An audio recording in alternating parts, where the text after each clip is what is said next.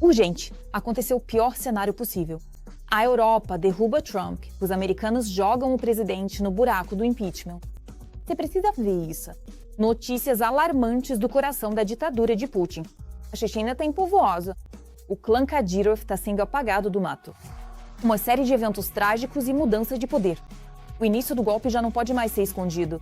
Algo inesperado aconteceu na linha de frente. Uma bomba aérea eliminou a elite do Kremlin. E, além disso, os nossos se vingaram com força e explodiram o Oreshnik russo. Drones destruíram o famoso Kapustin Yar. Putin, em agonia, partiu para cima de Washington.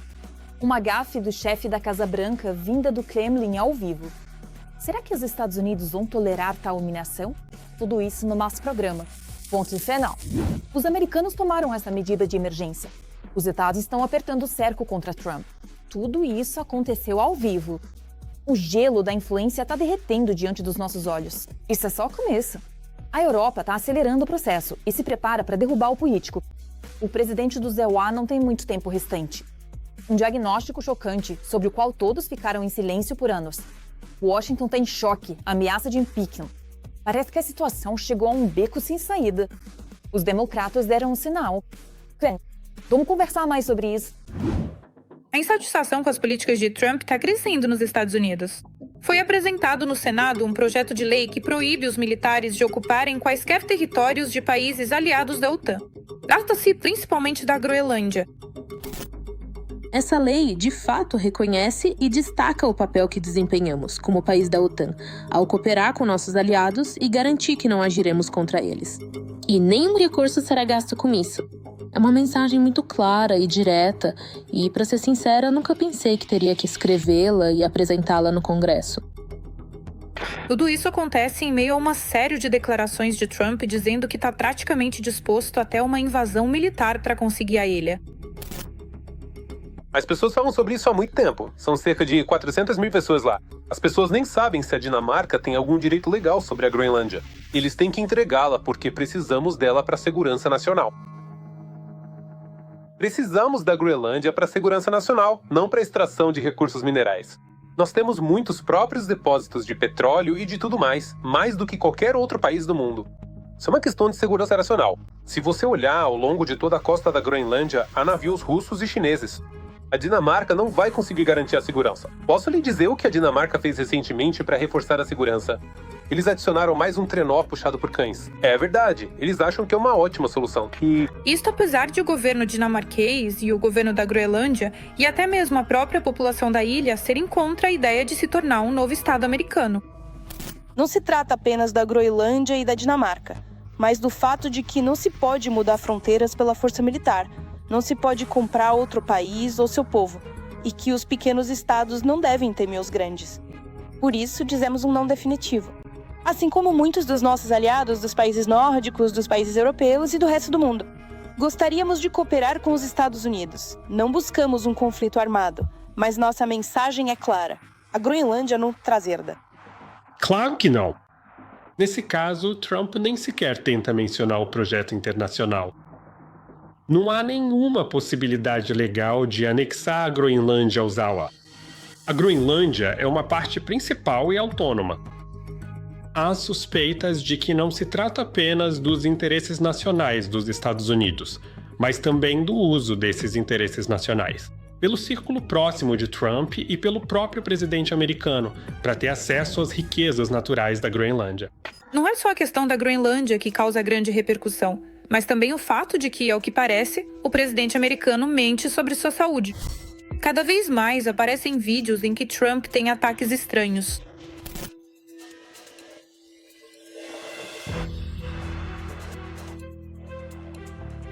Eu vou avisar vocês se algo der errado. De algum jeito, isso com certeza vai acontecer. Isso vai acontecer com todos nós. Mas agora, parece que tô até mais esperto do que há 25 anos. Aliás, fiz um exame médico e só tirei notas máximas. Tá tudo ótimo. Além disso, Trump tem aparecido com hematomas estranhos no corpo. Ele toma aspirina várias vezes por dia e de vez em quando some por aí. Eu ouvi falar disso, é uma loucura. Na semana passada, dei várias coletivas de imprensa, todas foram um sucesso, tudo correu bem. Então fiquei 2 dias sem fazer nada. E eles disseram que devia haver algo errado comigo. Isso é notícia falsa. É totalmente falso. É por isso que existe tão pouca confiança na mídia. O secretário de saúde de Kennedy ficou surpreso, de modo geral, com o fato de o presidente ainda estar vivo com um estilo de vida tão pouco saudável. O mais interessante sobre o presidente Trump é que ele come muito mal. McDonald's, doces e Coca-Cola Zero. Eu não sei como ele ainda tá vivo. Se você viaja com ele, pode ter a impressão de que ele passa o dia inteiro se enchendo de veneno. E você não entende como ele consegue sequer andar, quanto mais ser a pessoa mais cheia de energia que já conhecemos. Acontece que a probabilidade de Trump não cumprir seu mandato até o fim é muito alta. E há até rumores de que aliados e senadores americanos estão aconselhando a Ucrânia a esperar e não aceitar os termos das garantias de paz e segurança de Trump, porque talvez mais tarde simplesmente não haja ninguém para implementá-las. Sensação, as terras do Cáucaso estão tremendo. Grozny está mergulhada em desgraças. Ramzan Kadyrov está à beira da morte e seu filho Adam sofreu um terrível acidente de carro. Evacuação de emergência para a melhor clínica e, imediatamente, surgem rumores sobre o pior cenário possível. A cúpula da liderança da Chechênia está ruindo diante de nossos olhos. Não haverá energia a quem a entregará. Putin planejou algo maligno. Ele está colocando seu fantoche no lugar do clã Kadyrov. Os primeiros detalhes encontram-se no material abaixo. Quantas vezes Kadyrov foi enterrado recentemente? Mas o soldado de infantaria de Putin ainda está na ativa, embora as notícias sobre a piora repentina de sua saúde tenham aumentado consideravelmente. Das últimas notícias, os rins de Ramzan Kadyrov, de 49 anos, estão falhando. Eu sou o soldado de infantaria de Putin. Sou, pode-se dizer, um projeto do presidente. Mas a principal questão não é quando ele vai morrer, e sim quem vai substituí-lo. Por isso, junto com as notícias sobre a possível morte do chefe da Chechênia, discute-se ativamente quem afinal vai liderar a região mais subsidiada da Rússia. E essa talvez seja a pergunta mais interessante. Obrigado mais uma vez por tudo que você faz pela República da Chechênia e por toda a Rússia. Pela Federação Russa nós não vamos decepcionar.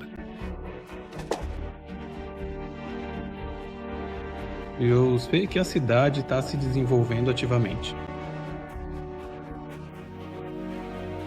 Você pessoalmente faz muito por isso. Eu também sei disso. Você está revivendo tanto a esfera espiritual quanto a base material. Ah? Duas opções. A primeira é bem conhecida. Kadyrov vai passar o poder por herança. Apesar de Ramzan ter nomeado seu filho mais velho, Akhmat, de 20 anos, como vice-primeiro-ministro da Chechênia, Dondon aposta em seu favorito, Adam, de 18 anos. E essa opção, segundo o líder do movimento de oposição checheno, Hadat Ibragim Yangubaev, já foi aprovada pelo Kremlin. É por isso que os boatos de que o Kremlin estaria envolvido no recente acidente de carro de Adam não correspondem. Esta é a mais pura, absoluta e incontestável realidade que enfrentamos diariamente em nosso cotidiano, manifestando-se de uma forma extremamente concreta e inegável em absolutamente todos os aspectos fundamentais e complexos da nossa existência humana na sociedade contemporânea atual. Gostaria de lembrar que no dia 16 de janeiro, Adam sofreu um grave acidente de carro em... Essa situação é absolutamente terrível e devastadora, apresentando um cenário extremamente preocupante que ultrapassa todos os limites do aceitável, tornando-se algo verdadeiramente catastrófico para todos os envolvidos neste momento crítico.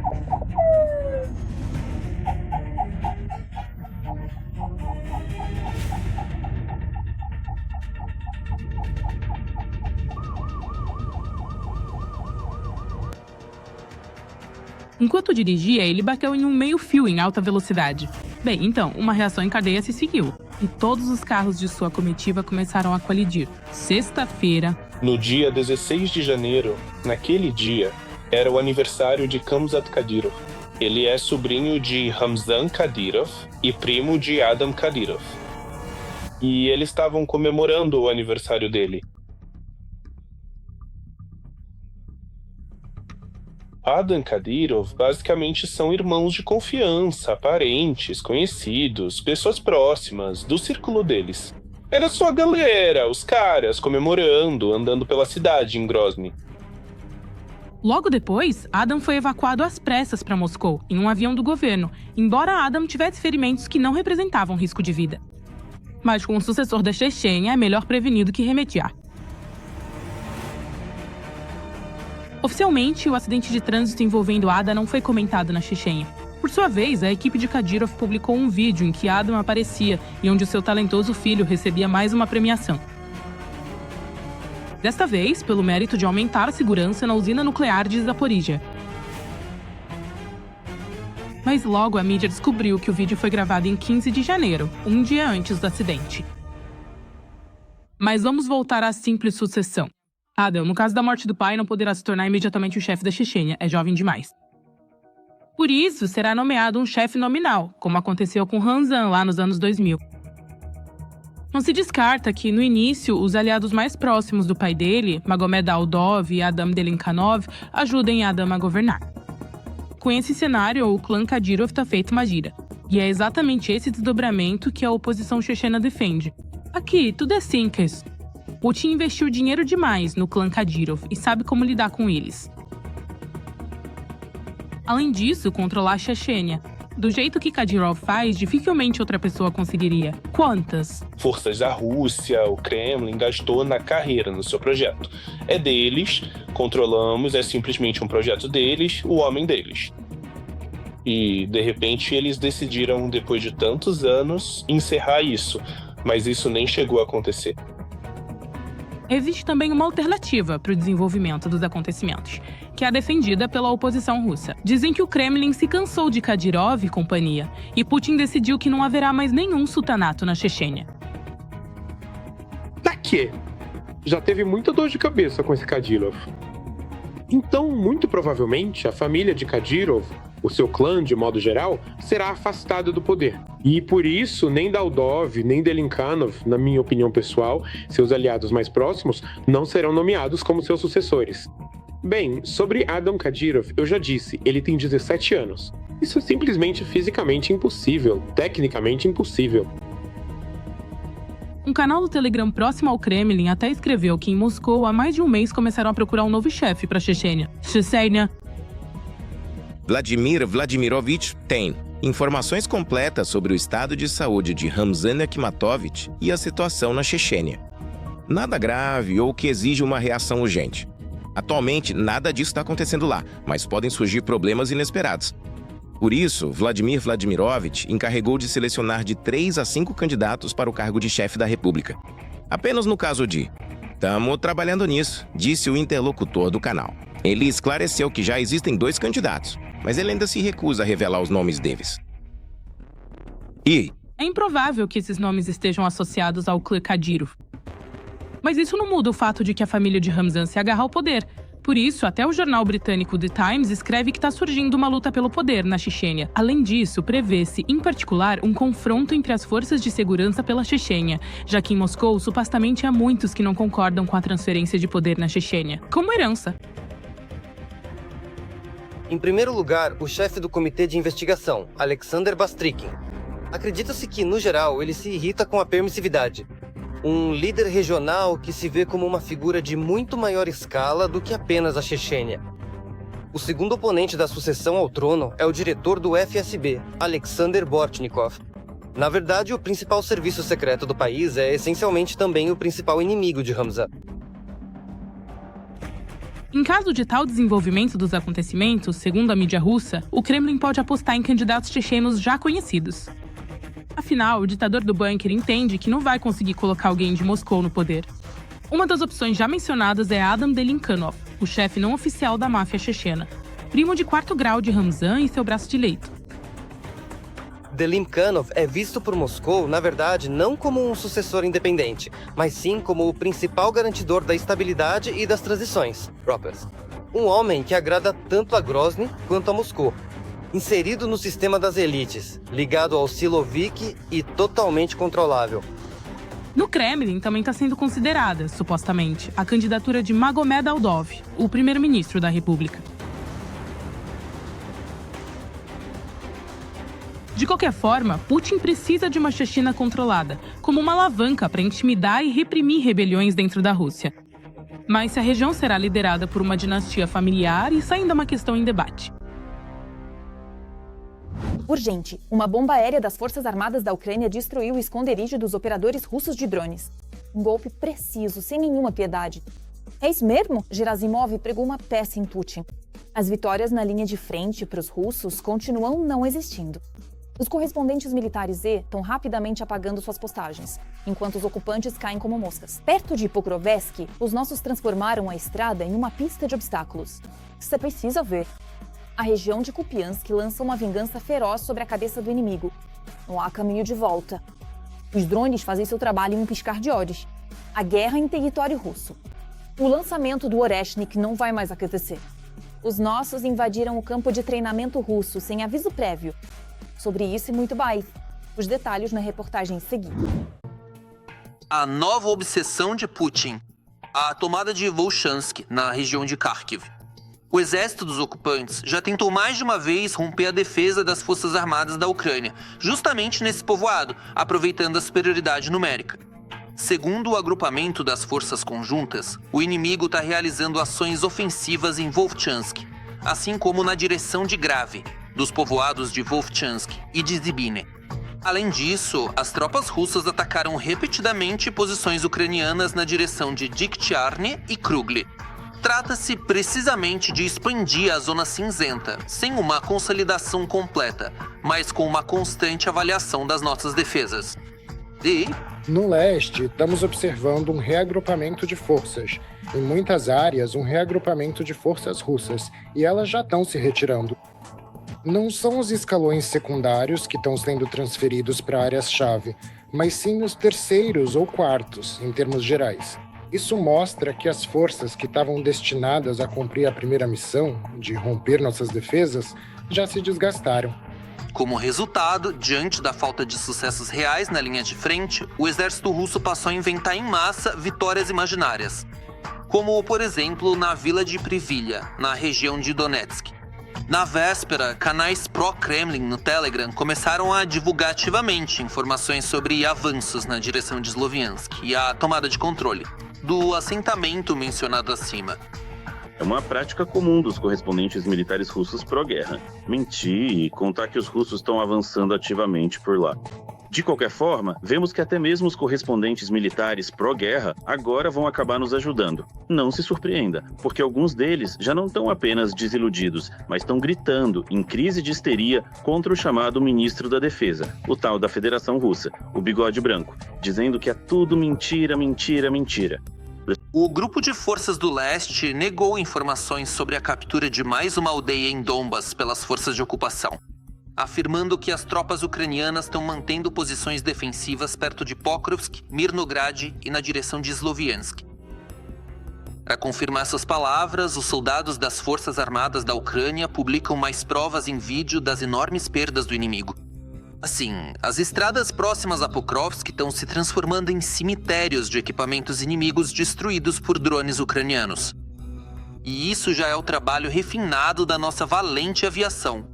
A bomba aérea americana guiada de alta precisão, GBU-39, atinge com força as posições dos operadores de drones inimigos, casas com tropas adversárias e depósitos de munição russos. Os soldados da 3ª Unidade de Assalto também não dão trégua aos ocupantes. Na véspera, eles conseguiram destruir em Drusk um lançador grade inimigo junto com todo o seu estoque de munição e um caminhão lotado de soldados inimigos. Mas, apesar das perdas colossais na linha de frente, os generais russos teimosamente continuam tentando avançar, perdendo milhares de soldados mortos e feridos por dia. Os analistas militares afirmam que o eixo de Kupiansk também se tornou um ponto quente para os ocupantes nos últimos dias. No flanco norte da cidade, nossas unidades estão avançando pelas florestas próximas ao rio Oskol. O ocupante já foi forçado a recuar de várias fortalezas inimigas bem equipadas nas proximidades. Kupianskaya. De novo, aqueles corpos russos vestidos em uniforme militar, agora sem a presença de Putin, estão dizendo e afirmando que conquistaram absolutamente tudo, inclusive na região de Kupiansk, alegando que finalmente tomaram a estação ferroviária de Kupiansk. Essa informação não corresponde à realidade, E, aliás, isso também está sendo escrito pelo Ministério do Interior e pelos correspondentes de guerra. Então, não se precipitem. Não coloquem a carroça na frente dos bois. Quero destacar separadamente também o sucesso das Forças Armadas da Ucrânia. A leste de Pistiany, nossas forças avançaram em direção à rodovia R-07, reduzindo assim a distância até Stepova-Novosilka. Isso cria a pressão sobre a logística do inimigo e os obrigam a reagir, trazendo cada vez mais reservas. As forças de defesa confirmam a intensificação das ações do inimigo também em Zaporizhia. Assim, de acordo com dados de inteligência, a Rússia decidiu agir preventivamente, reforçar seus agrupamentos nas direções de Uliapole e Yorikiv. Isso foi relatado pelo porta-voz das Forças de Defesa do Sul, Vladislav Voloshin. Ele explicou que essas rotações indicam um impacto significativo das perdas do inimigo na capacidade de combate das unidades na direção de Zaporizhia. O inimigo realizou cerca de 50 confrontos armados nas últimas 24 horas. Desses, 31 confrontos ocorreram em Huliaipole, uma das direções mais difíceis. Os ocupantes simplesmente não têm de onde tirar reservas. Por isso, o exército russo começou recentemente a depender mais de sua aviação. O inimigo também está usando ativamente a aviação, realizando ataques com bombas aéreas guiadas. Ele faz isso para destruir nossas posições, destruir edifícios, tanto nas localidades que ataca, quanto naquelas próximas à linha de contato. Assim, o exército russo se vinga das forças armadas da Ucrânia e dos civis ucranianos por mais uma operação especial bem-sucedida em pleno território inimigo, garantem analistas militares. Mais um tapa na cara. Dessa vez, foi um golpe direto em Putin e seus generais de papelão. Drones ucranianos mais uma vez atingiram o campo de treinamento Kapustin Yar. É justamente de lá que a Rússia lança mísseis balísticos intercontinentais, incluindo o Oreshnik. Além do lançamento do Oreshnik, o campo de treinamento Kapustin Yar é amplamente utilizado para testar uma grande variedade de armas, de curto e médio alcance, mísseis de cruzeiro, além de complexos e sistemas de defesa antiaérea da Rússia. Agora, graças aos drones de combate ucranianos, esse trabalho foi colocado em pausa pelo Kremlin. De forma emergencial, Putin saiu do bunker e apareceu ao vivo. Os russos receberam ordem para ficar em silêncio.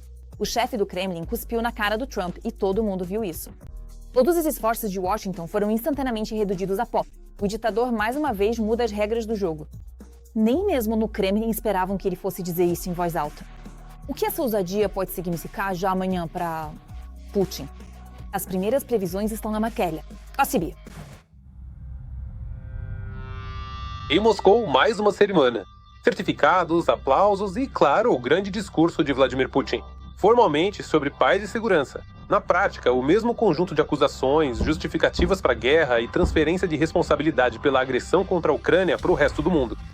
O presidente de um país que já está no 4º ano de uma guerra em grande escala volta a falar sobre paz. Como se as cidades ucranianas destruídas e as centenas de milhares de vítimas não tivessem nada a ver com ele. A paz não acontece sozinha. Ela é construída, e isso todos os dias. A paz exige esforço, responsabilidade e uma escolha consciente. Putin fala muito sobre escolha e responsabilidade. Só que ele não especifica quem exatamente fez a escolha de começar a guerra e quem deve ser responsabilizado por ela. Em vez disso, no estilo habitual, o Kremlin mais uma vez pinta um quadro do mundo onde a Rússia é a vítima e o resto são agressores. Em vez de diálogo entre os estados, ouvimos um monólogo. Aqueles que, pelo direito do mais forte, acham aceitável impor sua vontade, tirar vidas e dar ordens. A ironia é que esse monólogo do mais forte vem justamente do Kremlin, em meio a ultimatos à Ucrânia, territórios anexados e ataques de mísseis contra a infraestrutura civil. No entanto, na versão de Putin, tudo é diferente. O Ocidente é culpado, os vizinhos são culpados, qualquer um é culpado, menos a Rússia. Dezenas de países no mundo sofrem com a falta de respeito aos seus direitos soberanos, com o caos e a ilegalidade. E não têm força nem recursos para se defenderem. Putin gosta especialmente de falar sobre soberania, apesar de que a Rússia nega abertamente o direito da Ucrânia à existência independente. Mas nessa lógica, Moscou parece ser a defensora dos oprimidos e luta por uma ordem mundial justa. Ressalto que a Rússia é sincera, comprometida com os ideais de um mundo multipolar. Nosso país sempre seguiu e continuará seguindo uma política externa equilibrada e construtiva, levando em conta tanto nossos interesses nacionais quanto as tendências objetivas do desenvolvimento mundial. Segundo o Kremlin, um curso construtivo significa tanques além das fronteiras, ocupação de territórios e chantagem nuclear. Ao mesmo tempo, Putin mais uma vez não chama a guerra contra a Ucrânia pelo nome, mas a apresenta como uma medida forçada para a segurança da Rússia. A segurança deve ser verdadeiramente abrangente, o que significa igual e indivisível. Negligenciar esses princípios básicos e vitais. Isso não levou a nada de bom e não levará a nada de bom. Isso foi claramente demonstrado pela crise em torno da Ucrânia, que se tornou uma consequência direta de anos de ignorância dos interesses legítimos da Rússia e de uma política deliberada de criação de ameaças à nossa segurança. Pela expansão do bloco da OTAN em direção às fronteiras russas, apesar das promessas públicas feitas a nós. Quero enfatizar isso. Nessa versão da história, a Ucrânia se transforma apenas em uma crise e a invasão em uma suposta consequência lógica das decisões de outros. Sobre ataques com mísseis a prédios residenciais, deportações e crimes de guerra. Putin, obviamente, não fala sobre isso. Lembro que a Rússia repetidamente apresentou iniciativas para construir uma nova arquitetura de segurança europeia e global, confiável e justa. Sugerimos opções e soluções racionais que poderiam agradar a todos na América, Europa, Ásia, em todo o mundo. Essas iniciativas, na opinião do Kremlin, devem ser discutidas sobre as condições russas, com o reconhecimento dos territórios ocupados e a renúncia da Ucrânia ao direito à própria segurança. Acreditamos que é necessário retornar às discussões objetivas sobre elas, para consolidar as condições sobre as quais pode ser alcançada, e quanto mais rápido, melhor, uma solução pacífica para o conflito na Ucrânia. Por solução pacífica, Moscou, como antes, entende a capitulação de Kiev. E enquanto Putin fala sobre uma paz de longo prazo, o exército russo continua avançando e a guerra permanece como o principal instrumento da política externa do Kremlin. Exatamente. É justamente por uma paz duradoura e verdadeiramente confiável, que garanta a segurança de todos e de cada um, que o nosso país busca. Nem sempre, inclusive em Kiev e nas capitais que o apoiam, estão prontos para isso. Mas esperamos que a constatação dessa necessidade virá mais cedo ou mais tarde.